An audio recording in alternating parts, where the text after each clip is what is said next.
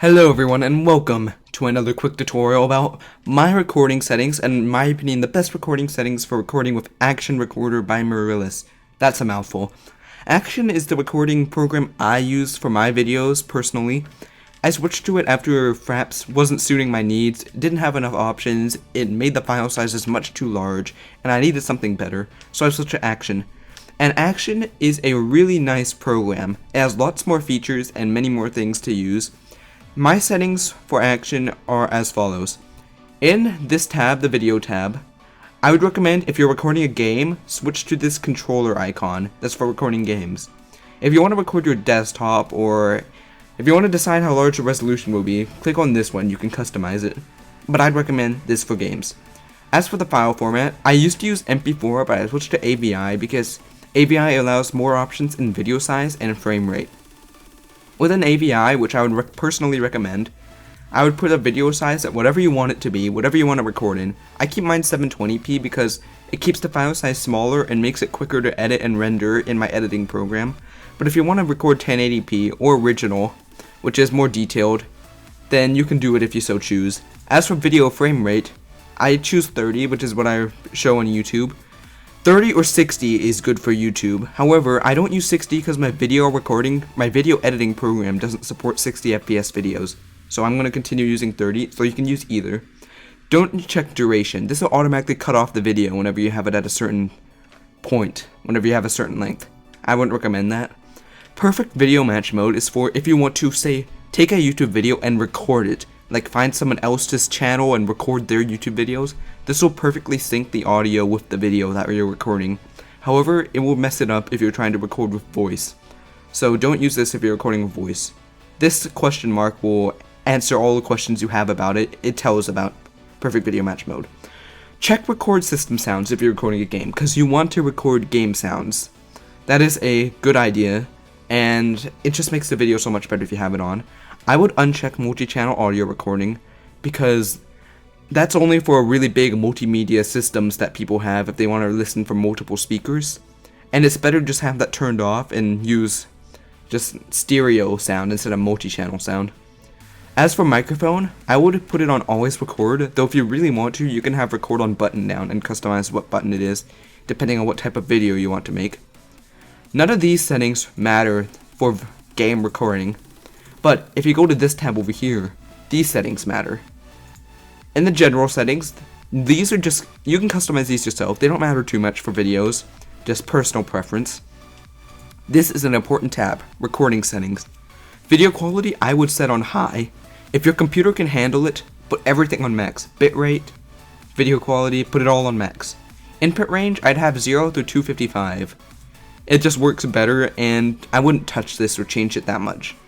I would use multi-core recording because that allows you to more efficiently record your video and it just overall works better depending on how many cores you have. It allows you to utilize your cores basically.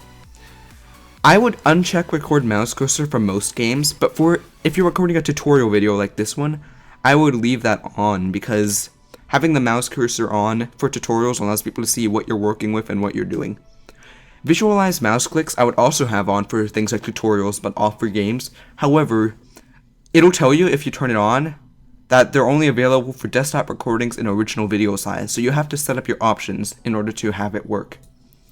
Overlay graphics I would have personally turned off unless you want to have, say, an image like your logo appearing in the corner of the video, the whole video, basically. You can use that if you really want to. I just have Oprah for some reason. Don't worry about that. I did that for the heck of it, and you can see Oprah if I turned on overlay graphics, which I'm not going to do for my videos, so sorry you're not going to see Oprah.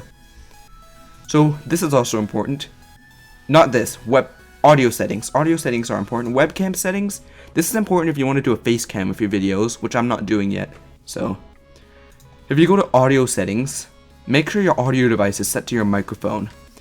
This is better than Fraps because you can choose what microphone you want rather than just having it set to the default. However, you can make this choose to default too if you really want to. I'm sure you know how to set the default microphone on your computer if you really want to. If not, you can just look it up online. Volume is default 90. That's how much it picks up your microphone. I would leave it as it is and just change your microphone settings themselves. Like my microphone has a setting on the microphone itself to change how much sound it picks up, or you can change it through control panel. However, if you don't have those settings, then you can manipulate this to whatever you want it to be and then test by recording your voice. I would recommend every time you change a setting, take a test recording and see if it sounds the way you want it to. I have this checked, but uncheck this checkbox unless you know how to make it work. Because what this does is it records your microphone into a separate track than the actual computer sound, the game sound. And I do this because I know how to separate the game sound from my voice recording. And by doing this, I'm able to edit both of them separately. And that makes it a lot easier for me to edit my audio in my video recorder, video and audio editor, I should say. But, however, for the inexperienced user, if you have this checked, it'll seem like it's not picking up your voice at all whenever you're trying to upload it or edit it. So I would keep this unchecked whenever you're getting started using Action. For system sounds, I would keep it whatever microphone you have set, or you can set it to whatever your system is playing sound on. If you have speakers that are playing the game sounds, set it to those speakers. I have everything running through my microphone though, so I just record everything through microphone, both my voice and the game sounds. Audio balance adjusts how much it picks up of the game sound compared to your microphone. I would leave it at 50-50 personally. The default is 1684. I leave it at 50-50 because I edit them myself later on, so I don't need to have them different here. However, you can also manipulate these to whatever you want. I'd recommend leaving it at 50-50 and just turning down your game sound itself. That way it'll pick up less and it'll pick up the microphone the same amount as it would have. Bitrate for AAC, keep it at 192. That's just the easiest thing, and it sounds okay at 192. You don't need to mess with that too much. The rest of these don't matter as much. For the HUD settings, this is because Action comes with an FPS counter and it can cover up some parts of a game. You can move it around to a different position if you want so it won't block anything in the game. That's all simple, personalized stuff. Export settings, I don't have much of these changed at all because this is just extra export settings that you don't really need to use. Now for these are key bindings. You can personalize these yourself. Change your record video key binding to something that is not used in your game. This is the button you press to start recording your video, and make sure it's something you can remember. I believe you can make it a multi-part, like Shift plus G or something like that, or Shift plus Control plus G. You can have multiple parts, but just make sure it's something you know and something you'll remember to do whenever you need to do anything, whenever you need to record a video, audio, anything like this. And there's several pages of these, but most of these don't matter.